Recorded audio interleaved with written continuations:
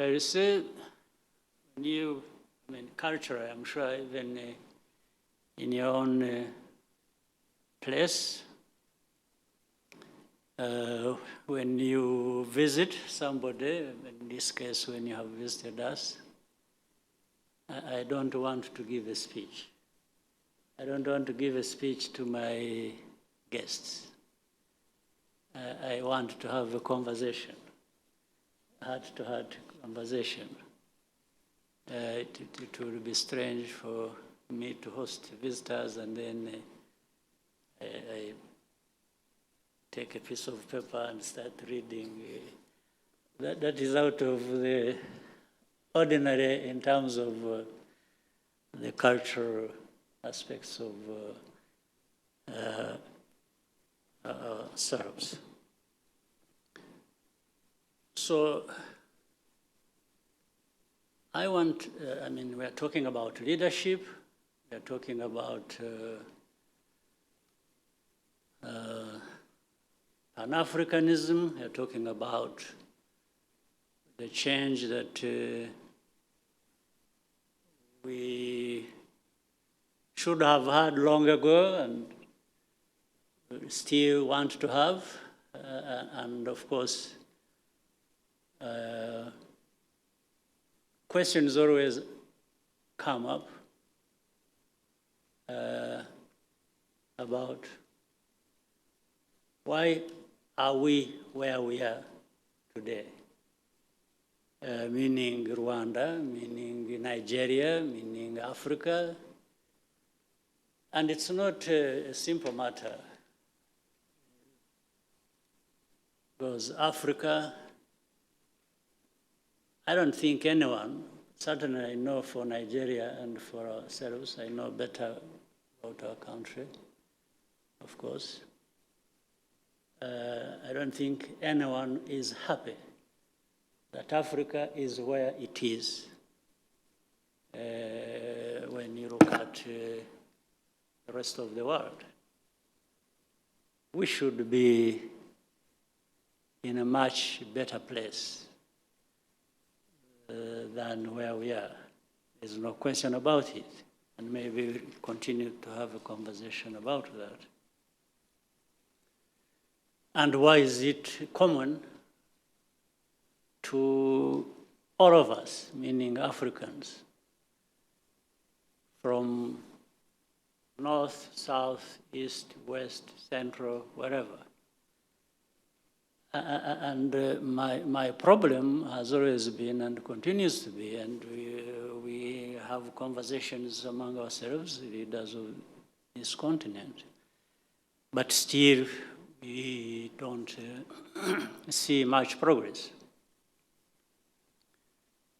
Why, with all the people, resources of all kinds? In actual fact, the fact that even across that rest of the world where we see things better than here, those contributing to the well-being of those places, in most cases, come from Africa. Doesn't matter whether you go to US, to Europe, to wherever, you'll find very good Africans at the top of the ladder, almost in every sector, making, therefore, these vital contributions to these countries or parts of the world. Then we come back to our continent. It's, some people are well off. In fact, incredibly well off. But those are few. The hundreds of millions are barely making a living. And so we talk about this every day, at least for the time I have been here. which is now running into 3 decades. The struggle is about that, the questions are about that, and we keep measuring, we find. So I'm trying to imagine that what my country goes through, what we all go through, trying to answer this question, is what people you lead in your states are going through. And that's what is going on in your minds, the leaders of those states, the governors. And that's what's going on in the minds of other leaders, whether it is the president, ministers, so on and so forth. There are these similarities.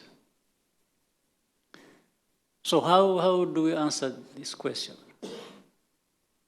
We're talking about leadership because we're talking about leadership to deliver with people certain goods around development, security, stability, development, good governance, all kinds of things. We're also talking about Pan-Africanism because we are saying there is a common problem across the continent. So we really have the same questions to answer. And who else is going to do that? It's you and me. But it's also those people that we lead that must be part of it, if you will. So how do we break out of this cycle of our continent? And when I talk about breaking out of this cycle, I mean sometimes you have to start a little bit from the beginning, a little bit of history needs to be put into account. We are not where we are, that we are not happy about by accident. Or we are not staying there and not making the headways we want to make, again, not by accident. It's because of certain things we can identify, talk about, in your place, in my place, in some other African's place, and things you can feel and touch and that can actually be addressed. Now, the bigger question is, and that's what I mentioned earlier, because we have to be examining why are we where we are when the desire was to be completely in a much better place. And why does it happen when you have actually everything that we need to be where we want to be? That now comes around the same word that is repeated very often by everybody, everywhere, and so on and so forth. And that's leadership. But leadership alone is not a panacea. It has many things that interact with that. You have to be feeling hard-pressed about the problems of where you are coming from. You have therefore to be having a vision to say, but that's really where we want to be, and that's the way to get there. In fact, and in short, we need to be angry about, very angry about this nonsense that goes on forever around us or about us, that does not deliver the answer to this question, both of which we know and actually have the means to deal with. Let me use a quick example of my country, my history, and which I know is similar, but I'm just expanding it to other areas quickly to inform us of what the obstacles are and that shouldn't be there. When I was a kid, 4 years old, turbulence, political turbulence in this country was at its height. My family were exiled in Uganda. Became a refugee when I was 4 years old. I stayed in a refugee situation for 25 years. I stayed in a camp, refugee camp, for good 20 years. In a place where that man is born, the one who said, so pretended to be a governor of one of from Uganda. That same district where he's born is where I grew up as a refugee. Now, but it's not about that story that I want to really to talk so much about. It's a different one. It's about what the country was going through around the time of independence. That's when many of those refugees happened. So it was called independence. And of course, it produced refugees.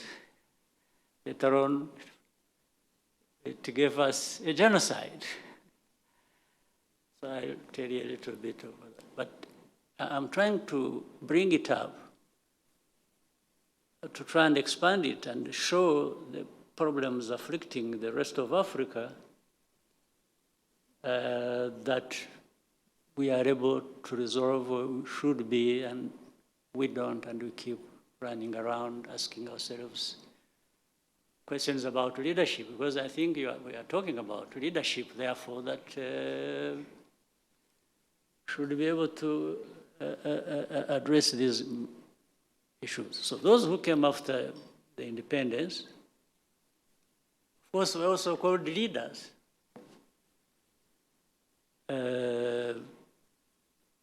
Now, I'm trying to bring the connection between what was happening then and what is happening now, that people don't become sensitive to and address. And that is, so we became refugees.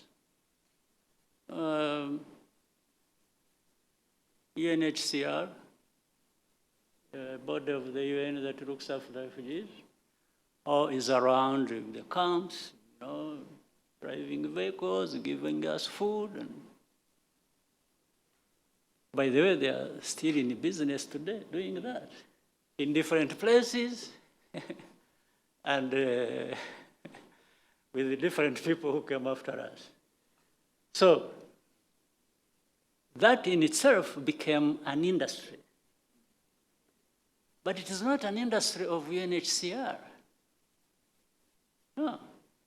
It's an industry of the other rest of the world, especially the developed world.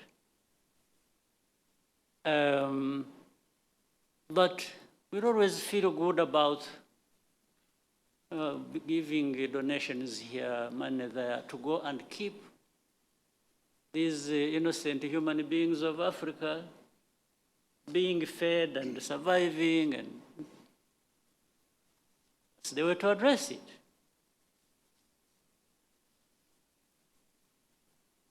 And then I don't even want to blame, the rest of the world. First, independence was from colonialism. So after colonialism, when we got independence, there are people who are being fed. And so I don't want to blame those people. I want to blame ourselves. I want to blame us. How do we keep in this state of affairs? So the industry developed, something else associated with it. Some at that time were, of course, being taken to Europe, to Belgium, to France, to UK, to Canada, wherever, to study and become, good Africans. But at the same time, they were really good Africans gaining these capacities, but groomed and to feel good about being associated with the same people. You're always, even currently, you say, oh, this is anti-West. This is, this is a Western. Even before,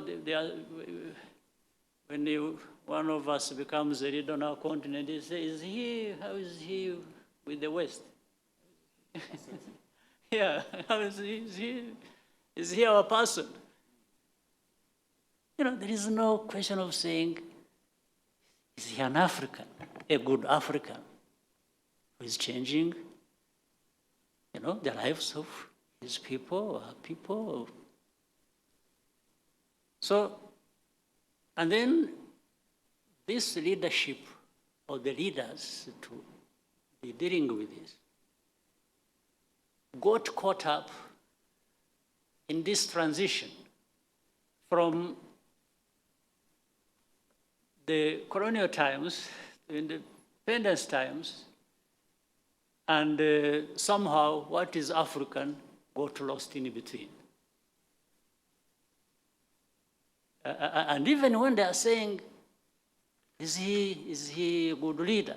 Or is he, yeah, because you are a good leader in as far as you can be associated with the West.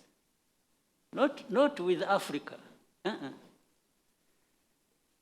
Now, if what I'm saying might even not be accurate,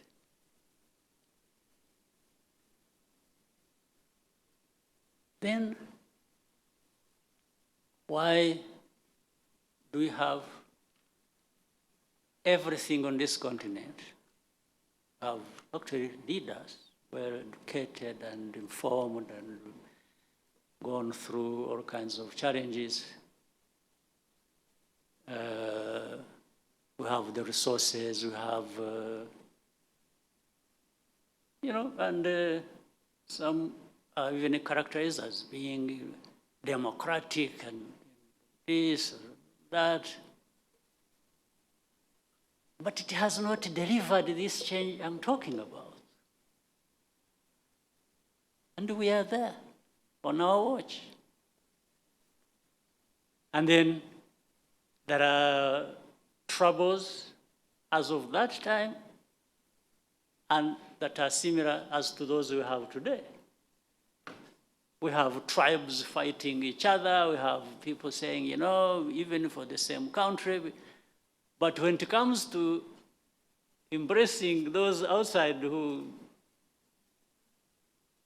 feed us, want to be seen to be good to us, then you understand what follows. they embrace them. So I'm sure some of the questions I don't need to answer now. They will come when we will bring them up about the conflicts, about all kinds of things, about coups, coup d'etats, about this, and we will discuss that. But I just wanted to say, you cannot find a solution